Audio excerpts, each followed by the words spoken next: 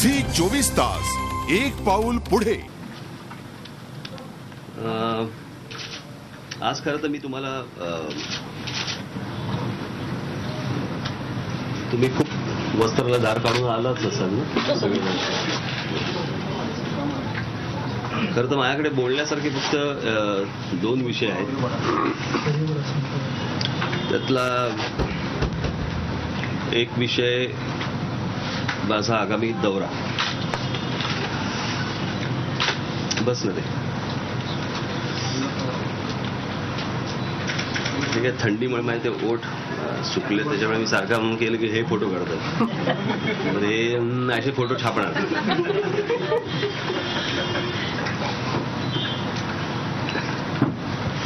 तर तो दौरा 10 तारखेपासून 10 फेब्रुवारीपासून महाराष्ट्राचा दौरा सुरू होतोय माझा. साधारणपणे 10ला सातारा आहे. हे मी तुमच्यासाठी सांगत नाहीये, हे तुमच्या या माध्यमातून जे लोक ऐकत असतील त्यांना पण कळेल. तुम्ही म्हणाल की म्हणजे आता पेपर द्या आणि पुढे विषय सरकवा.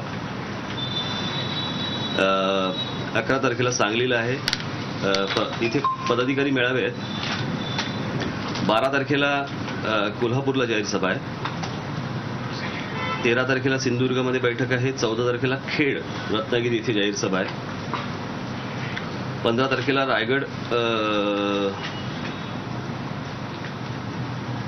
15 तारखेला रायगड इथे बैठक आहे. त्याच्यानंतर 22 तारखेला सोलापूरला माझी जाहीर सभा आहे.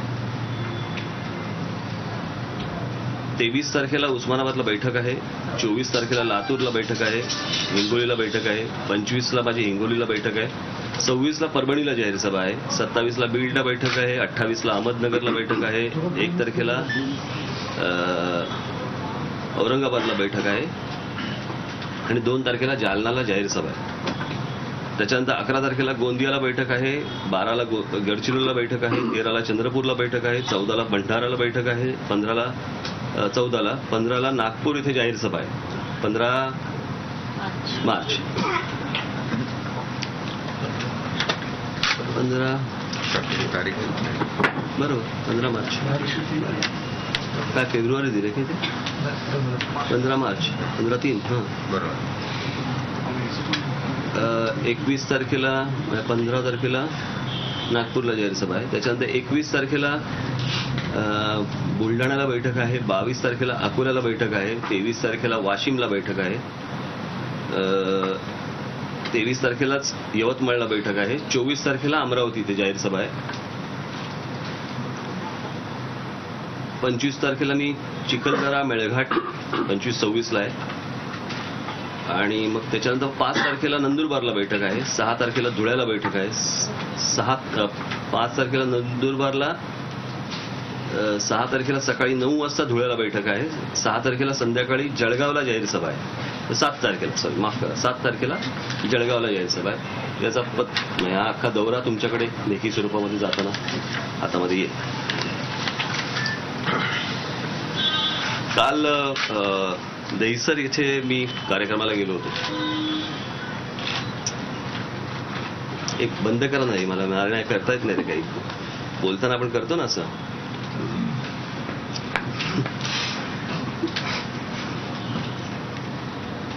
दहिसरला कार्यक्रम माझा तिकडे काय भाषण नव्हतं, काही नव्हतं.